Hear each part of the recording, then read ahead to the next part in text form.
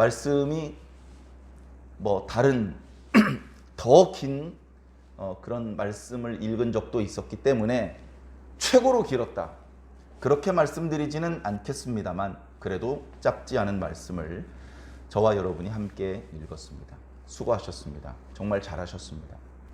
말씀을 읽는 것 자체가 큰 의미가 있습니다.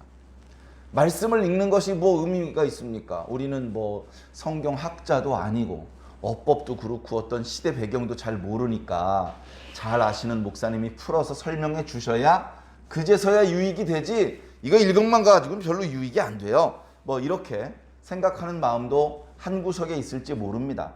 그 마음도 아주 틀리지는 않습니다. 그런데 과거에는 성경을 읽는 것조차 너무나 힘들었습니다. 성경을 함부로 일반 사람들이 쓰는 언어로 번역하는 것이 금지되었습니다. 처음에 성경은 구약은 히브리어, 신약 성경은 헬라어로 주로 기록이 되어 있었습니다. 그러니 하나님의 말씀을 공부하고 싶은 사람은 그 어려운 히브리어와 헬라어를 공부하지 않으면 안 되었습니다. 그러다가 후에 그것이 라틴어로 번역이 되었습니다. 라틴어의 그 언어의 특징상 오해할 수 없는 어떤 그 규칙성 때문에 라틴어로 번역을 해놓고서 무척 만족했습니다. 이제 번역을 할 때 있어서 또는 필사를 할 때 막 오류가 생기고 한번 옮겨 적을 때마다 막 틀리고 그런 것들 때문에 이 성경이 시간이 지나면서 그 내용이 훼손될 것을 걱정하지 않아도 된다, 라틴어가 있으니까 하면서 그때부터 히브리어와 헬라어 성경은 복원만 되고 있고 거의 대부분의 교회에서는 라틴어 성경이 비치되어 있었고 사제는 그 라틴어 성경을 읽었습니다. 성경을 읽으려면 당연히 라틴어를 할 수 있어야 됩니다.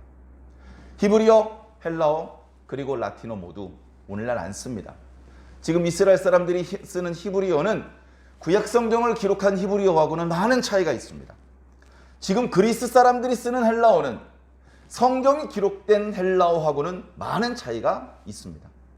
그나마 라틴어는 지금 현재 그 어떤 국가, 그 어떤 민족도 쓰지 않습니다.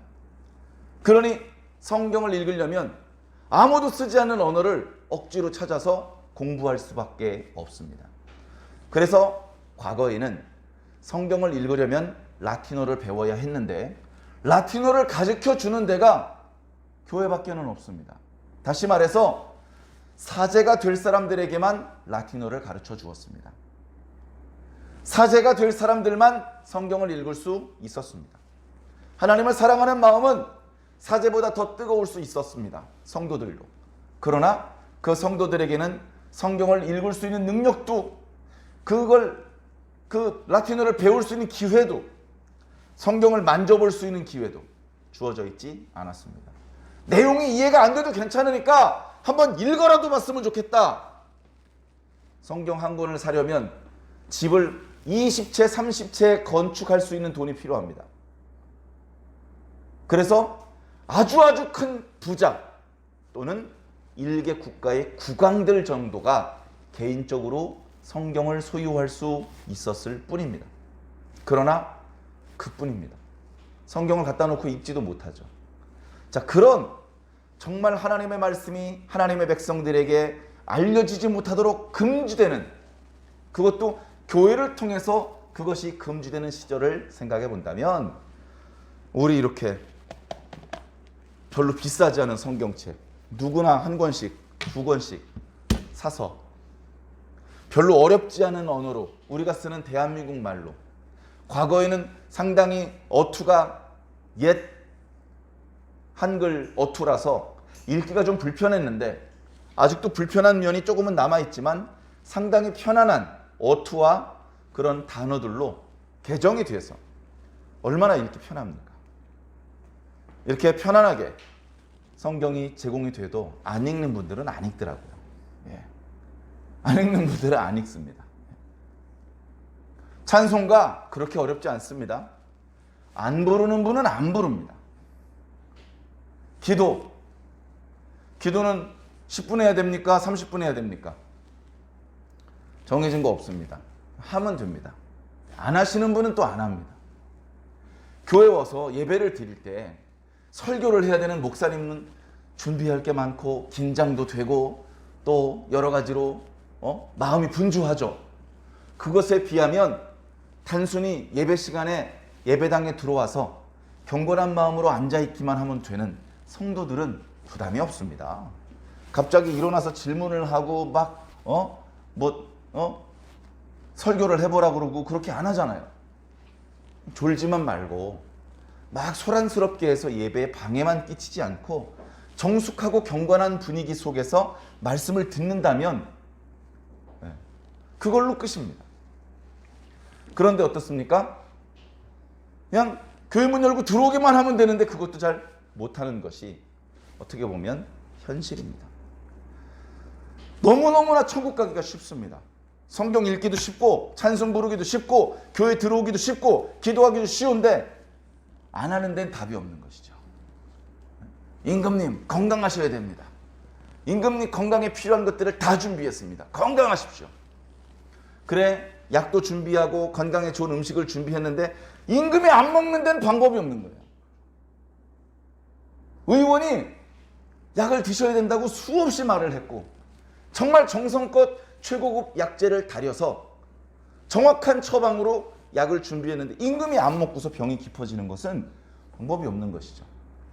혹시나 제가 또는 여러분들이 너무나 쉽게 성경을 읽을 수 있고 찬송도 부를 수 있고 예배도 드릴 수 있고 봉사도 할 수 있고 기도도 할 수 있고 다 할 수 있는데 안에서 영적으로 병이 생기고 영적으로 하나님을 향한 믿음이 의심스러워지고 하나님을 향한 사랑이 차갑게 식어버린다면 그 사람에 대해서는 방법이 없는 겁니다. 방법이. 사랑하는 성도 여러분, 천국과는 다른 방법이 없어요. 천국과는 다른 방법이 없습니다. 좋은 대학교 가려면요 열심히 공부하는 방법밖에 없습니다. 놀아요 놀아. 야 무슨 공부야 지금은 놀 때야 해가지고 열심히 진짜 있는 힘을 다해서 놉니다. 그리고서 시험 3일 전부터 공부를 해요. 설렁설렁. 그랬는데 전국 1등을 해가지고 제일 좋은 대학교 제일 좋은 학과를 수석으로 합격을 해요. 만약에 그런 일이 벌어진다면 누가 연락에 공부하겠습니까? 공부해봤자 아무 소용없잖아요. 아씨 나도 놀래 하면서 다 놀 거 아닙니까? 여러분 기도 안 하고 예배 안 드리고 성경 안 읽고 봉사 안 하고 찬송 안 부르고 이랬던 사람이 천국 갈 때 1등으로 들어가. 예수님이 제일 사랑하고 칭찬해 주셔. 아 그렇게 되는 거라면 누가 쎄 빠지게 교회 나와가지고 새벽 예배 드리고 철야 예배 드리고 11조 헌금 드리고 그럽니까? 우리가 우리의 행위 우리가 하나님 앞에 쌓았던 그 공로로 하나님의 나라에 들어가는 것은 결코 아니지만 우리가 한 것도 있어요. 우리가 한 착한 일 있어요. 공로 있어요. 근데 예수님의 공로가 너무 크니까 내 공로가 안 보일 정도로 예수님의 공로가 커서 나도 공로가 좀 있죠 이렇게 말을 못할 뿐이지 우리의 공로도 있는 겁니다. 그런데 그런 공로가 전혀 없는 사람이 더 큰 칭찬을 받고 더 큰 상급을 받는다면 뭔가 우리가 믿는 하나님이 아니죠. 그래서 우리는 우리가 할 수 있는 최선을 다해야 됩니다. 기도해보지도 않고 왜 병이 낫지 않죠? 예배를 자꾸 빠지면서 왜 믿음이 자라지 않죠?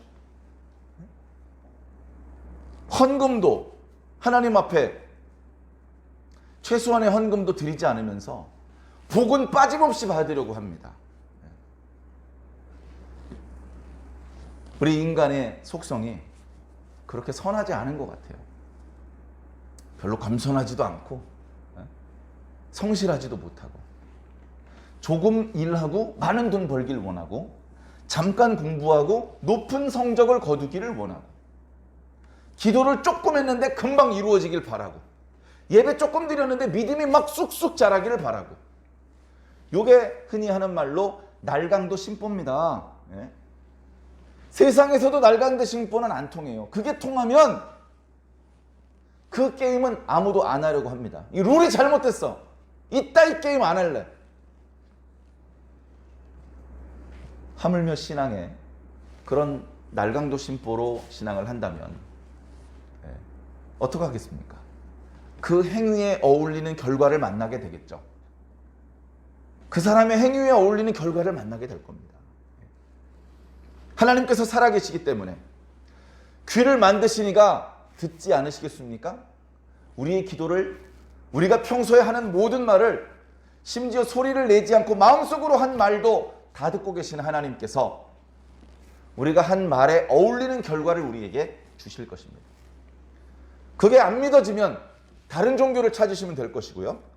그게 믿어지시면 언행에 주의하시기 바랍니다. 마음을 착하게 먹고 그 착한 마음을 바탕으로 착한 말을 내뱉는 것이 습관이 된다면 엄청나게 좋은 것을 하나님께서 만나게 해 주실 것입니다. 성경은 통째로 선한 말을 했던 사람들이 선한 결과를 만난 것들을 보여주고 있습니다. 반대로 악한 것을 내뱉던 사람들이 악한 결과를 만나는 것들을 무수히 보여주고 있죠. 우리는 말씀을 읽으면서 깨닫습니다. 성경 어디에도 우리는 없습니다. 그러나 성경의 이야기를 통해서 우리는 우리 자신의 모습을 찾아보는 것이죠. 야, 내가 요새 좀 안일하게 살고 있는데 어이구 이 사람처럼 될 수도 있네. 어휴 정신 차려야 되겠다.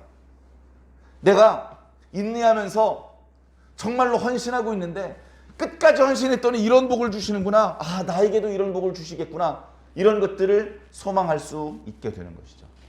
신앙생활은 이렇게 성경을 읽고 예배를 드리면서 그리고 더 나아가서 기도하고 들었던 말씀을 실천하면서 오늘 말씀에도 또 구약의 여러 가르침은 율법을 준행하라 이런 표현들이 상당히 많이 나타나고 있는데요. 오늘날 우리는 그렇게까지 표현하지는 않습니다. 그러나 말씀을 실천해야 됩니다. 사랑을 실천해야 됩니다. 하나님은 사랑한다면서 이웃들은 무시하고 교회를 섬긴다면서 성도들은 안 섬기고 자기 자신만을 위하고 교회 올 때 넥타이 매면 갑자기 집사가 되고 장로가 되는 것입니까? 넥타이 풀르면 돌깡패가 되는 겁니까? 그것으로 영적인 신분이 결정되는 것입니까? 그게 아니잖아요. 근본적으로 내가 달라져야 됩니다. 내가 목사면 잠바떼기 입고 와도 목사입니다. 내가 장로면 머리가 좀 엉클어져 있어도 장로입니다. 내가 돌깡패면 정장을 입고 와도 돌깡패예요. 겸손한 마음으로, 진실된 마음으로, 하나님 앞에 부끄럽지 않은 마음으로, 날강도 같은 마음이 아닌 정말로 착하고 좋은 마음으로 그렇게 신앙생활을 해주시기를 바랍니다. 이런 말씀을 드리는 건요, 여러분들이 못돼서 그런 말씀 드리는 게 아니에요. 여러분들이 아주 나쁜 그런 마음을 잡수고 계시다는 뜻이 아니고 우리는 이렇게 자꾸 우리 스스로를 일깨워야 돼요. 말도 달리는 말에 채찍질을 가하지 않습니까? 여러분 잘하고 있는데 더 잘하시기 바랍니다. 더 잘하시길 바랍니다. 자, 또 너무 서론이 길어지면 안 되니까 본론으로 바로 들어가도록 하겠습니다. 오늘 말씀 신명기 10장은요. 신명기 모세가 이제 죽음을 맞이하기 직전에 마지막으로 이스라엘 백성들을 모아놓고 그들은 애굽에서 함께 나왔던 출애굽 1세대는 아닙니다. 그들은 광야에서 다 죽었습니다. 일일이 계수해보고 장부에 체크하고 그렇게는 안 했지만 모세는 영적으로 그것을 느낍니다. 아, 이제 완전히 세대가 교체되었구나. 애굽에서 나왔던 사람 중에 생존한 자는 여호수아와 갈렙과 본인밖에 없구나. 미리암도 죽었고 아론도 죽었다. 그리고 자신도 죽는다. 애굽에서 나왔던 사람 중에 가나안 땅에서 살게 된 사람은 여호수아와 갈렙이 유일하구나. 그러면 여기 있는 이 수많은 군중은 누구냐? 광야에서 새로 태어났거나 40년 전에 시내산에서 하나님과 언약을 체결할 때 함께 그 언약에 참여하기에는 너무 어린 아이들이 40년이 지나면서 이제 이스라엘 민족의 대부분을 차지하는 출애굽 2세대 그들 앞에서 모세가 이제 고별 설교를 하고 있는 것입니다. 고별 설교 전반부에는요. 율법에 대한 말씀을 하고 있어요. 율법 잘 드세요. 1조 1항 이거, 1조 2항 이거, 2조 1항 이거, 이렇게 구체적인 법률 항목을 설명해 주는 것이 아니고 율법의 전체적인 원리, 율법을 지켜야 하는 이유, 목적, 이유. 율법을 우리가 지켜야 되잖아요. 성도로서, 하나님의 백성으로서 어떤 마음가짐, 어떤 자세로 율법을 지켜야 되는 것인가. 자, 율법을 지킬 수도 있고 안 지킬 수도 있겠죠? 지킬 경우에, 그리고 지키지 않았을 경우에 어떤 결과가 올 것인가. 제가 자주 반복해서 말씀드리다 보니까요, 저도 순서를 외웠는데요, 첫 글자만 보세요. 원목 이자결. 이것에 대해서 4장 뒷부분부터 11장까지 말씀해주고 있습니다. 결론은 뭐죠? 율법을 지켜라. 이런 원리가 있고 이런 목적이 있고 이런 이유가 있으니까, 그리고 이런 결과를 우리가 얻기를 원하니까, 그러니까 율법을 지키라는 겁니다. 결론은 율법을 지키라는 겁니다. 오늘 우리들의 말로는요, 예수님을 믿으라는 겁니다. 예수님을 사랑하라는 것입니다. 이웃을 사랑하라는 것입니다. 말과 혀로만 사랑하지 말고 행함과 진실함으로 사랑하라는 것입니다. 자, 이스라엘 백성들은 하나님께서 율법을 지키라고 모세를 통해서 말씀하실 때, 이거 좀 지나친 거 아닙니까? 라고 항의할 수가 없어요. 항의할 수가 없어. 너무나 큰 걸 하나님께서 주셨거든요. 우리는요, 하나님께서 주신 것이 얼마나 큰지 몰라요. 우리는요, 나도 나 나름대로 뭔가 좀 애를 쓰고 있거든요. 이거하고 내가 애쓴 거하고 하나님께서 애쓴 거하고 비슷비슷한 줄 알아요. 그런 착각에 빠져서 살 때가 너무나 많아요. 나하고 하나님이랑 비슷한 줄 알아. 그러니까 개기지. 하나님이 크신 줄 알면 어떻게 개겨요? 잊어버리니까 개기는 거예요. 잊어버리니까. 오늘 예배 시작할 때 불렀던 찬송가 부르면서 찬송가 가사에 주님께서 우리에게 주신 은혜가 얼마나 큰지, 얼마나 큰지 찬송을 통해서 표현하고 있습니다.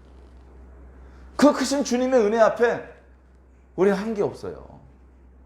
우리 한 게 없어. 왜 한 게 없습니까? 주님께서 너무 큰 일을 해주셨기 때문에 우리가 한 거는 안 한 거랑 똑같아요. 내가 하나도 안 했어도 이 일은 이루어졌어요. 교회 성전을 건축합니다. 성전을 건축해요. 그래서 고생해서 성전을 건축했어요. 그래서 많은 친지들을 초대를 해서 성전 헌당 예배를 드립니다.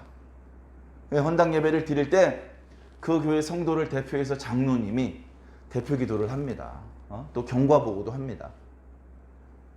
거의 모든 헌당 예배에 예배 때 기도하시는 장로님, 경과 보고 하시는 장로님이 울어요. 울어.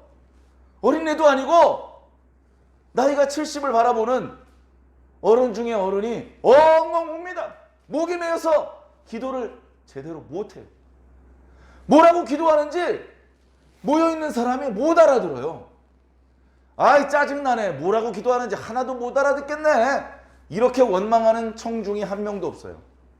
뭔진 못 알아듣지만 장로님이 울고 있구나. 뭔진 모르겠지만 장로님이 지금 은혜 되게 많이 받았구나. 우리 장로님 기도하시는데 가슴이 뜨거운가 보다.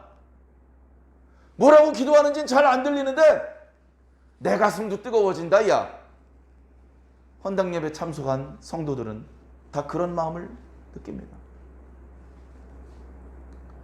그 장로님이 목이 메어서 제대로 발음을 못하는데 겨우 알아들을 수 있게 말하는 그 기도의 내용이 이런 겁니다.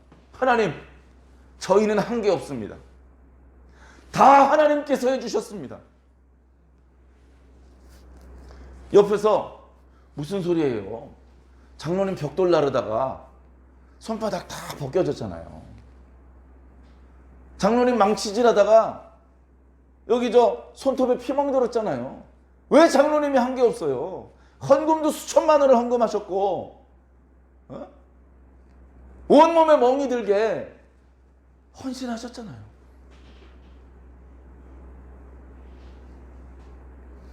장로님이 나도 내가 헌신을 많이 한 줄 알았는데 기도하다 예수님 얼굴 보니까 자기가 한 게 하나도 없다는 걸 알게 됐다는 겁니다.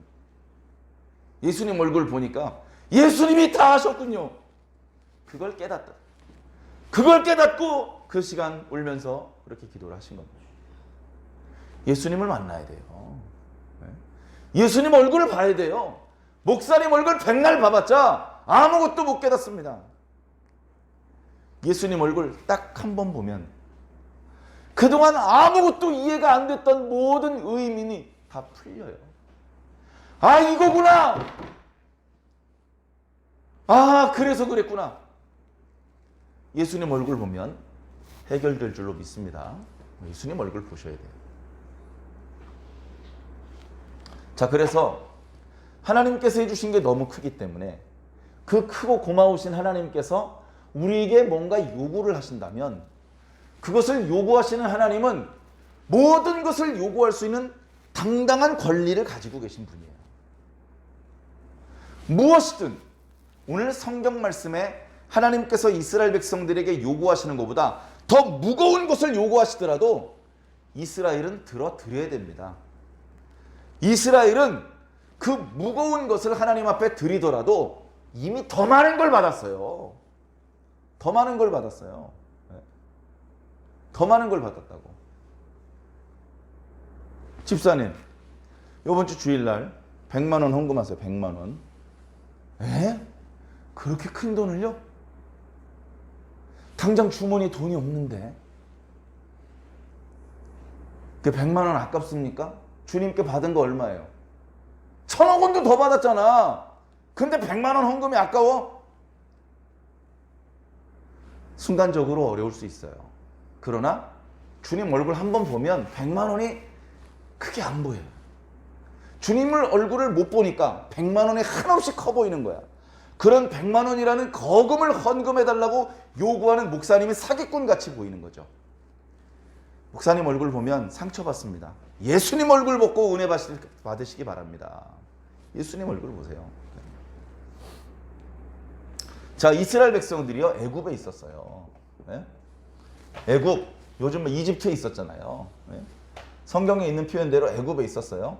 애굽에서 뭐 하고 있었습니까? 애굽에서 노예 생활하고 있었잖아요. 이게 이스라엘 백성들의 현 주소라고요. 이 상태로 400년을 살았어요. 지금 어떻게 됐습니까?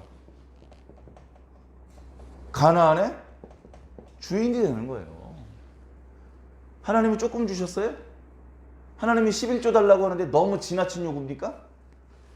하나님께서 이거 이스라엘 백성들한테 얼마 받고 주셨어요? 그냥 주셨잖아요. 그냥. 가나안 땅 고사하고 애굽에서 나오지도 못해요. 애굽에서 나오지도 못해. 아주 조잡한 마술도요, 돈을 줘야 볼 수 있어요. 이건 마술이 아니라 정말 하나님의 능력이 조그만한 땅이 아니라 애굽 제국 전체에 뒤덮이는 그런 놀라운 기적을 셀 수 없이 많이 봤어요. 셀 수 없이. 뭘 셀 수 없어요? 10개인 거 다 아는데 10개밖에 없습니까? 첫 번째 기적이 뭐예요? 물로 물이 피가 되는 거잖아요. 그럼 지팡이가 개구리가 되는 건, 지팡이가 뱀이 되는 거, 홍해가 갈라진 거, 불기둥과 구름이 쓴 거, 만나가 내린 거, 셀 수가 없어요. 셀 수가 없어.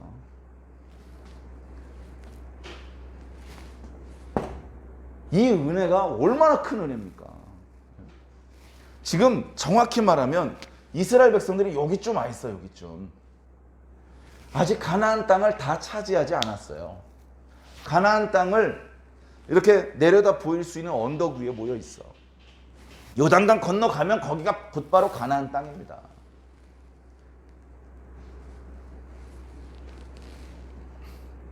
어떻게 가나안 땅을 차지하고 그 땅의 주인이 될 수 있지?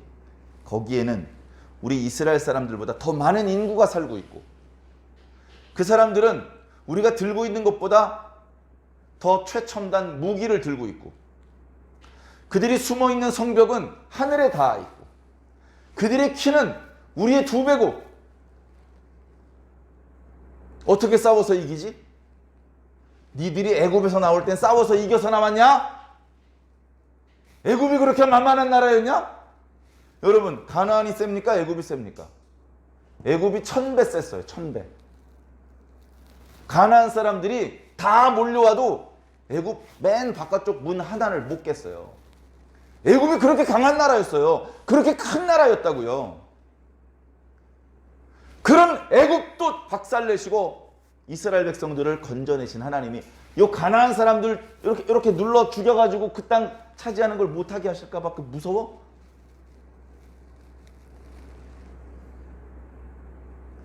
아니 이게 무서우면 이건 어떻게 이해를 할 수 있어요? 애굽에서 나온 건. 사람이 기억을 해야 돼. 기억을 못하면 믿음도 없어지고 하나님도 부정하고 하나님의 능력도 부인하고 아무것도 없는 거예요. 아무 좋은 구원을 맛볼 수도 누릴 수도 없는 상태가 되는 거예요. 기억을 잃어버리는. 자, 여기까지 왔는데 정말로 가나안의 주인이 될 수 있을 것인가? 어떻게 그럴 수가 있지? 만약에 이스라엘이 가나안 땅의 주인이 된다면 어떻게 그럴 수 있는가? 스스로의 힘으로 가나안을 차지했다. 힘 없어요. 이거 이스라엘 사람들이 더 잘 알아. 힘은 가나안 사람들이 더 세. 그건 결론이 났어. 그러니까 이 이유는 아닙니다. 자, 그럼 운이 좋아서 이길 수가 없지. 운이 좋아서 이기는 거는 실력이 비슷비슷할 때 얘기입니다. 실력이 일방적으로 한쪽이 세잖아요. 그러면 그쪽에 있는 사람이 그냥 대충 해도 이겨요. 예를 들면 전문 싸움꾼, K2, K1 뭐 이렇게 UFC 선수가 있어요. 오랫동안 싸움을 많이 해보고 싸움을 잘하는 그런 선수가 유치원생하고 싸운다고. 초등학생도 아니고 유치원생하고 싸운다고. 손가락 하나로 이겨. 손가락 하나로. 그 유치원생이 아무리 전력을 다해도 이 싸움꾼 손가락 하나를 못 이겨요. 운이 좋아서 이겼다고 말할 수 없어요. 자, 그러면 만약에 이스라엘 백성이 가나안의 주인이 된다면 이건 하나님께서 도와주셔서 된 거다. 그런데 하나님께서 왜 도와주셨지? 이스라엘 백성들이 의롭기 때문에. 이스라엘 백성들이 보니까 사람 숫자는 많지 않아도 사람들이 참 착해. 사람들이 참 착하고 하나님 말씀을 잘 들어. 순종도 잘하고 하나님께서 보실 때 너무나 마음에 드는 민족이야. 그러니까 야, 너 참 마음에 든다. 내가 너희를 좀 도와주겠다. 이렇게 이스라엘 백성들이 의롭기 때문에 그래서 하나님께서 이스라엘을 도와줘서 그들이 가나안의 주인이 되게 해주셨다. 이거 다 아니라는 거예요. 이스라엘 백성들은 의롭지 않다. 이스라엘 백성들이나 가나안 백성들이나 다 똑같은 죄인들이다. 9장부터 이어지는 말씀이 그거 아닙니까? 자, 이스라엘 백성들은요. 자, 금송아지. 더 할 말이 없어요. 금송아지 사건이 하나님과 언약을 체결한 이후에 상당히 오랜 시간이 걸려서 백성들이 지쳤어. 백성들이 뭔가 하나님의 도와주시는 것이 좀 느슨해진 것 같다고 불평이 많아졌어. 그때 저지른 죄가 아니고 언약을 체결하고 불과 며칠 안 지나서 곧바로 금송아지 만들었어요. 제가 이렇게 세보진 않았는데 일주일도 안 됐어요. 하나님을 만나서 천사나 모세 선지자가 아니고 하나님의 음성을 직접 들었단 말이에요. 하나님을 직접 만났다고요. 모세가 무릎 꿇으라고 얼굴 땅에 대라고 안 했는데 백성들이 하나님 얼굴 딱 보니까 그냥 머리를 땅에 댔다고요. 그 무지랭이들도 하나님 보니까 엄청 센 분이라는 걸 직감한 거예요. 그랬는데 모세가 하나님께 말씀을 받으려고 산 높은 곳에 올라가자. 금송아지 만들었어요. 금송아지 만들었다고요. 금송아지 같은 거 만들면 안 된다는 말씀을 하신 적이 없느냐? 하나님 음성 직접 들었다니까. 금송아지 만든 자식들이 뭐 스스로 의로워서 하나님이 이스라엘을 도와줄 수밖에 없었다. 말도 안 되는 소리야. 자, 이스라엘은 복을 받을 자격이 하나도 없습니다. 그런데 어떻게 복을 받았죠? 지금까지? 그냥 일방적으로 하나님께서 은혜를 베풀어 주신 거예요. 일방적인 하나님의 은혜. 일방적으로 하나님의 은혜를 누릴 자격이 전혀 없는데도 불구하고 일방적으로 하나님께서 은혜를 베풀어 주신 거예요. 자, 이스라엘 백성들이 금송아지를 만들었어요. 그러면 어떻게 돼야 됩니까? 야, 얼마 전에 이스라엘 백성과 맺었던 언약 깨트린다. 너희는 이제 더 이상 내 백성이 아니야. 내가 너희들을 광야에서 다 죽게 만들 거다. 이렇게 말씀하셨어요. 자, 그때 모세가 기도했습니다. 모세가 기도했어요. 기도. 자기는 잘못이 없어. 모세는 잘못이 없어요. 잘못을 저지른 이스라엘 사람들을 위해서 잘못이 없는 모세가 목숨 걸고 기도하는 거예요. 모세가 기도했어요. 그리고 그 모세의 기도를 듣고 하나님께서 일방적으로 은혜를 베풀어 주신 거예요. 하나님의 용서. 그래서 이스라엘 백성들이 애굽에서 나온 이후에 가나안 땅의 주인이 될 수 있는 거예요. 네? 오늘 말씀은 지난 말씀 9장 말씀 뒷부분에 있었던 말씀 이어지는 말씀이에요. 금송아지 만들었어요. 모세가 하나님께 말씀을 듣다 보니까 하나님께서 말씀을 주시다가 갑자기 멈추시더니 너 빨리 네 백성들한테 내려가 봐야 되겠다. 네 백성들이 우상숭배 범죄를 저질렀다. 내려와 보니까 정말로 그래요. 그래서 하나님께 받은 두 돌판을 깨트려 버렸어요. 그리고 백성들을 살려달라고 목숨을 걸고 기도했어요. 하나님께서 모세의 기도를 들어주셨어요. 이스라엘 백성들을 용서해 주셨어요. 그리고 모세에게 다시 올라오라고 말씀하십니다. 뭘 준비해야죠? 두 돌판과. 그러니까 첫 번째 돌판은요, 돌판도 하나님께서 준비하신 거예요. 두 돌판과 그 다음에 상자, 나중에 이제 언약궤라고 이름을 붙이죠. 언약궤를 준비하라고 하십니다. 그래서 언약궤를 만들어 놓고 두 돌판을 가지고 또 시내산에 올라갔어요. 또 40일 낮 밤을 하나님과 이렇게 있으면서 이 두 돌판에 하나님께서 직접 언약의 말씀을 새겨 주셨습니다. 그걸 들고 다시 내려와요. 그건 뭡니까? 조금 전에 저질렀던 금송아지의 모든 범죄 사실을 용서해 주겠다. 너희들과 나 사이에 맺었던 언약이 깨졌었는데 그걸 다시 이어주겠다. 다시 언약을 회복시켜 주겠다. 다시 너희들이 가나안 땅의 주인이 될 수 있도록 해주겠다. 오늘 말씀에 뭐라고 말씀하십니까? 너희들은 하나님의 말씀을 순종해라. 그는 선하신 분이다. 그는 우리에게 무리한 걸 요구하시는 분이 아니다. 그는 약한 자들을 불쌍히 여기는 분이다. 그렇게 좋으신 분을 왜 순종하지 않느냐. 자, 그러면서 오늘 말씀에 이 하나님이 이스라엘 백성들에게 바라는 것이 있다. 이 하나님이 이스라엘 백성들에게 바라는 게 뭐겠느냐. 이걸 잘 살펴봐야 돼요. 하나님께서 이스라엘 백성들에게 정말 무리한 걸 요구하시냐고요. 결론적으로 말하면 율법을 지키라 이렇게 말씀하셨는데 그게 무리한 거냐 이거죠. 하나님께서 요구하시는 것이 뭐냐?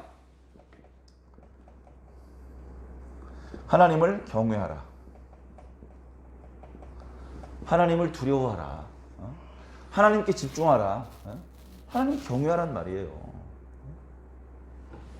자, 하나님을 사랑하라. 우상 사랑하지 말고 돈 사랑하고 쾌락 사랑하지 말고 하나님 사랑하라. 데살로니가 후서에 말씀하고 있죠. 말세의 징조. 사람들이 뭐 사랑합니까? 자기를 사랑하고 돈을 사랑하고 쾌락 사랑하기를 하나님 사랑하는 것보다 더하고 멸망으로 가는 거예요. 그렇게 되면 너는 누구냐? 그 대답은 뭐냐면 너는 뭘 사랑하는 사람이냐? 네가 뭘 사랑하느냐가 네가 누군지를 설명하는 거예요. 너의 정체를 말해주는 겁니다. 나는 하나님을 사랑하는 사람입니다. 난 돈 사랑하는 사람이 아니에요. 난 쾌락 사랑하는 사람이 아니에요. 나 하나님 사랑하는 사람입니다. 하나님을 사랑하라. 세 번째, 하나님을 섬기라. 오늘 말씀에 다 있었던 거 있는 내용입니다. 하나님 사랑하라. 나는 우리 아버지가 좋아 하면서 맨날 옆집 아저씨만 섬겨. 난 우리 엄마가 최고야 하면서 옆집 아줌마만 좋아해. 이게 뭐 잘못된 거잖아요. 예? 나는 예수님이 최고야. 맨날 절에 가. 여러분들이 입으로 말하는 신앙 고백과 동일한 그런 생활을 지금 하고 계십니까? 예? 난 착해. 나만큼 착한 사람이 정말 착하게 살고 있습니까? 정말 예수님 믿는 사람처럼 살고 있습니까? 정말 하나님을 경외하고 하나님을 사랑하는 모습으로 살고 있습니까? 말로만 사랑하지 말고 행함과 진실함으로 사랑하시기를 바랍니다. 자, 그리고 마지막으로 하나님의 계명을 지키라. 이 계명을 지키는데 이 계명 앞에 수식어가 있어. 저는 개인적으로 이 수식어가 너무 좋아요. 네? 자, 한번 찾아서 볼까요? 자, 13절입니다. 내가 오늘 네 행복을 위하여 너에게 명하는 여호와의 명령과 규례를 지킬 것이 아니냐. 그러니까 이 규례는요, 하나님의 행복을 위한 게 아니에요. 누구의 행복을 위한 거죠?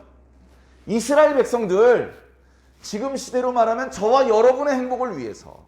그죠? 그래서 우리 교회 이름이요, 완주중앙교회예요. 완주중앙교회. 그런데 주보를 자세히 보시면 그 앞에 작은 글씨가 조금 추가되어 있어. 행복이 샘솟는 완주중앙교회. 어떻게 이 교회에 행복이 샘솟죠? 김 목사가 행복을 주나요? 저는 행복 못 줍니다. 저한테 행복 요구하지 마세요. 저는 행복을 줄 수 있는 능력이 없습니다. 그런데 우리 교회에서 선포되는 말씀은요, 우리의 행복을 위해서 주시는 말씀이에요. 우리의 행복, 하나님의 행복이 아니고 오늘 저와 여러분들의 행복을 위해서 주시는 말씀. 이 계명을 지키면 지킬수록 우리가 행복해져요. 우리가 행복해져. 계명을 열심히 지키면 장수해. 계명을 열심히 지키면 부자가 돼. 아이고, 교회 맨날 목사님 불러내가지고 이 봉사 저 봉사 했더니 피곤해요. 병 생겼어요. 그 병 때문에 일찍 죽습니다. 네? 아, 이런 일 저런 일로 돈 뜯어내가지고요, 저 집 살 기회도 잊어버리고 사업도 망하고 저 계속 가난한 상태네요. 하나님께서 그렇게 되게 내버려 두지 않는다. 하나님의 말씀을 지키는 것은 하나님만 행복하고 우리는 쎄빠지게 고생하는 그런 게 아니고 우리의 행복을 위해서 주시는 겁니다. 우리의 행복을.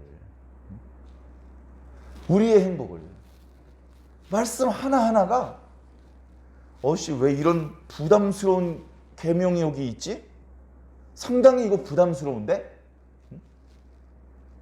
근데 그 계명 지키면요, 우리가 행복해지는 거라니까요. 우리가 행복해지는 거예요. 욕심을 부리면 안 됩니다. 욕심을 부리면. 생각해 보세요. 어떤 나라에 국민들이 있어요. 그 국민들이 다 부자가 아니에요. 어떤 사람은 부자고 어떤 사람은 가난해요. 부자들이요, 넓은 땅에다 큰 집을 지었어요. 근데 이렇게 보니까 가난한 사람들이 자꾸 이렇게 기웃기웃 쳐다봐요. 우리가 막 뭐 재미나게 놀고 있으니까 우리가 노는 걸 이렇게 보고 되게 부러운 눈빛으로 보고, 우리가 얘기하는 걸 이렇게 엿듣는 것 같고, 우리가 뭐 먹고 있으면 이렇게 냄새 맡는 것 같아. 마음이 불편해. 편하지가 않아. 담장을 높이 세웠어요. 담장을. 그 사람들이 들여다볼 수 없고 그 사람들이 뛰어서 넘어 들어올 수 없게 담장을 높이 세웠어. 그래서 그 안에서 이제 편하다고 행복하게 사는 거예요. 자기 스스로 감옥을 만드는 겁니다. 자기 스스로. 그 담장 밖에 있는 사람을 막 무시합니다. 저 가난한 녀석들, 저 못 배운 녀석들, 막 욕을 하죠. 그렇게 가난한 사람들, 못 배운 사람들을 욕을 하고 삶의 어두운 뒷골목으로 막 내몰면 그러면 행복해질까요? 그 부자가? 그렇지 않아요. 나 혼자 부자일 수 없습니다. 내가 큰 부자가 되기 위해서 회사를 만들고 회사가 잘 성장을 해가지고 대기업이 됐어요. 그래가지고 이 대기업에서 많은 직원들이 일을 합니다. 근데 그 직원들이 다 가난해졌어요. 그 직원들이 다 건강이 나빠졌어요. 출근을 못해. 그럼 우리 회사 직원들이 한 명도 출근을 안 해요. 우리 회사 망하는 겁니다. 아이고 저 가난한 녀석들. 보니까 집이 코딱지만 해. 보니까 집에 전기불도 하나밖에 없어. 집에 이렇게 여름철에 더울 때 땀나면 씻어야 되는데 집에서 씻을 수 있는 그런 샤워실도 없는 저 가난한 녀석들, 더럽고 냄새나는 녀석들 해가지고 계속 밀치면요, 그 가난한 사람들 사이에서 전염병이 발생되면 그들 속에 있던 바이러스는 부자들에게는 옮지 않습니까? 가난한 사람들을 끝까지 쥐어짜고 무시하고 괄시하고 노예처럼 부리고 그러고서 나 혼자 행복하고 배부르게 살면 그게 행복합니까? 그렇지 않아요. 그 뒤에 아주 끔찍한 일이 찾아오게 됩니다. 그런 끔찍한 일, 내가 원하지 않는 결과를 만나고 싶지 않으면 그 이웃들을 존중해 줘야 돼요. 나보다 못 배운 사람에게 존댓말 써줘야 돼요. 나보다 어린 사람, 나보다 못 배운 사람, 나보다 가난한 사람들을 앞에 머리 숙이고 존경해 줘야 돼요. 그러면 자기가 어려운 일이 생길 때 그 동네 사람들이 자기를 지켜주는 거예요. 그렇게까지 가려면 어쩌다 한 번 잘해주는 건 소용이 없습니다. 말과 혀로는 진정한 사랑을 실천할 수가 없어요. 이 계명들은 하나님께 재물 갖다 바쳐 11조 갖다 바쳐 이런 계명이 아니에요. 그런 내용도 있고 더 많은 구절은 이웃들과 어떻게 살아갈 것인지에 대한 계명입니다. 구약 성경도 그렇고 신약 성경도 그렇고 하나님과의 관계에 있어서는 큰 문제가 안 생겨요. 지난 주일에도 그런 말씀을 드렸던 기억이 납니다. 하나님과의 관계에서는 사람들이 선을 넘지 않아요. 하나님 두려운 줄 알아. 그리고 잠깐 실수를 했더라도 얼른 회개를 해. 그리고 하나님도 용서를 잘 해주셔. 그러니까 하나님과의 문제는 잘 안 생기고 생겨도 금방 해결이 됩니다. 이웃들과의 문제는요, 잘 용서를 안 해줘요. 자기가 잘못했다는 걸 인정을 안 해. 계속 싸움이 커지는 거예요. 어쩌면 하나님과의 관계되는 그런 계명들보다 이웃들과 관계되는 계명이 더 많이 필요한 이유가 바로 그런 데 있는 것입니다. 그 상황이 되었을 때, 이웃들과 분쟁의 상황이 될 때 계명을 지키라. 그러면 내가 행복해져. 내가 나만 행복해지고 다 불행해지는 게 아니고 이 땅에 사는 모든 사람이 다 행복해진다고요. 그래야 내가 행복해지는 거예요. 한 사람이 울고 있으면 그러면 전체가 행복하지 않은 게 되는 겁니다. 한 사람도 억울한 사람이 없게, 우는 사람이 없게, 배고픈 사람이 없게, 아픈 사람이 없게 만들어 주어야 그제서야 나에게 행복이 찾아오는 거예요. 그런 행복을 꿈꿀 수 있는 그런 사람이 하나님을 닮은 사람, 하나님의 백성들입니다. 저와 여러분들은 그냥 대충 하나님 믿는 척하고 내가 뭐 하나님 나라에 가서 큰 땅을 상으로 받고 뭐 그렇게 할 생각은 없어. 그냥 꼬레비라도 좋으니까 하나님 나라 들어갔으면 좋겠다. 그 꼬레비로 들어갈 수 있는 정도로만 신앙을 할 생각을 하는 성도들이 의외로 많이 있는데요. 그러면 안 됩니다. 그런 방법으로는 하나님 나라에 들어갈 수가 없습니다. 우리가 할 수 있는 최선을 다해야 돼요. 우리 각자가 할 수 있는 최선이 조금씩 다릅니다. 이 사람이 할 수 있는 최선, 저 사람이 할 수 있는 최선이 달라요. 그런데 하나님께서는 최선을 다하시면 인정해 주십니다. 최선을 다하지 않으면 하나님으로부터 곤란한 질문을 듣게 됩니다. 네가 왜 여기 있느냐? 너 왜 지금 그걸 하고 있느냐? 하나님으로부터 곤란한 질문을 듣게 됩니다. 너는 어찌하여 의복을 입지 않았느냐? 너는 어찌하여 열매가 없이 왔느냐? 너는 어찌하여 그때 기도하지 않았느냐? 최선을 다하지 않으면 우리가 감당하기 어려운 질문을 하나님께 듣게 돼요. 그러면 하나님 나라하고 점점 멀어지는 겁니다. 우리가 할 수 있는 최선을 다해야 돼요. 우리는 완벽할 수 없어요. 우린 신이 아니에요. 우리가 아무리 완벽을 기해도 실수를 합니다. 그러나 최선을 다했다는 것을 예수님이 알아요. 예수님이 우리와 똑같은 육체를 입고 계신 경험이 있기 때문에 육체를 가진 사람은 저것 이상은 할 수 없다는 걸 알아요. 그래서 우리가 완벽하지 못하고 여전히 실수하고 모자란 구석이 드러나도 예수님께서 하나님께 얘기해 줍니다. 하나님, 저건 제가 최선을 다하는 겁니다. 제가 육체로 있어봐서 하는데 육체를 가진 사람은 저거보다 더 잘할 수는 없습니다. 하나님, 저 부분은 용서를 해주셔야 됩니다. 하나님께서 저 부분은 이해를 해주시고 저 부분은 좀 감안을 해주셔야 됩니다. 라고 예수님께서 우리 편을 들어주신단 말이죠. 누구를 위해서? 최선을 다하는 사람을 위해서. 최선을 다하는 사람을 위해서는 예수님께서 편을 들어주신다고요.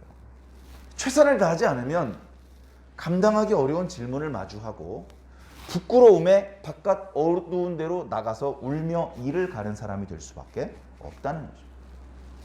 사랑하는 성도 여러분, 오늘 신명기 10장 말씀을 함께 읽었습니다. 묵상했습니다. 여러 말씀들이 있는데요. 그 중에 하나님께서 너희에게 요구하는 것이 무엇이냐? 이것을 오늘 저와 여러분들에게 주시는 하나님의 말씀으로 들으시기를 부탁드립니다. 다시 한번 12절 말씀을 읽어드리겠습니다. 이스라엘아, 네 하나님 여호와께서 네게 요구하시는 것이 무엇이냐? 곧 네 하나님 여호와를 경외하여 그의 모든 도를 행하고 그를 사랑하며 마음을 다하고 뜻을 다하여 네 하나님 여호와를 섬기고 내가 오늘 네 행복을 위하여 네게 명하는 여호와의 명령과 규례를 지킬 것이 아니냐. 이거보다 더 많은 것을 요구하셔도 드려야 돼요. 근데 하나님께서는 많은 걸 요구하지 않으셔요. 하나님의 소박한 꿈, 우리를 향한 소박한 바람이 겨우 이거야. 우린 이것만 하면 되는 거야. 이것만 하면. 사랑하는 성도 여러분, 지금은 2022년입니다. 기원전 1400년쯤 됐을 때 주셨던 말씀하고는 그 시대 배경이 많이 다르죠. 그러나 말씀을 꿰뚫는 하나님의 정신은 동일합니다. 그때나 이제나 성삼위 하나님께서 활동하시는 것은 동일합니다. 사랑하는 성도 여러분, 오늘 저와 여러분들에게 하나님께서 바라시는 것도 어쩌면 바로 이겁니다. 하나님을 경외하라. 하나님을 사랑하라. 하나님을 섬기라. 하나님의 계명을 지키라. 하나님을 경외하고 사랑하고 섬기고 하나님의 계명을 지키는데 헌금도 안 하고 전도도 안 하고 기도도 안 하고 예배 출석도 안 하고 큐티도 안 하고 우리 너무 안 하는 게 많은 건 혹시 아닌지 스스로 한번 반성해 보시기를 부탁드립니다. 그리고 여러분들이 겉으로 드러나기에는 교회 출석도 제대로 못하고 뭐 헌금도 제대로 못하고 많이 부족해 보이지만 그게 여러분의 최선이라면 부끄러워하실 필요가 없습니다. 지금 여러분들이 보여주는 이 모습이 정말로 그게 최선이라면 하나님께서 여러분 야단치지 않으실 겁니다. 여러분들에게 감당하기 어려운 질문 던지지 않으실 것입니다. 칭찬하시고 위로하시고 용서하시고 축복해 주실 것입니다. 그러나 여러분들의 지금 모습이 최선이 아니라면 더 열심히 할 수 있는데 그렇게 하지 않는 것이라면 조금은 반성을 하시고 좀 더 나은 모습을 하나님께 보여드릴 수 있도록 좀 더 분발해 주시기를 부탁을 드립니다. 우리 완주중앙교회 성도들 중에는 아무도 하나님 앞에 감당하기 어려운 질문을 듣는 일이 없이 하나님의 위로와 칭찬을 듣는 그런 성도들이 모두 되기를 주의 이름으로 간절히 축원합니다.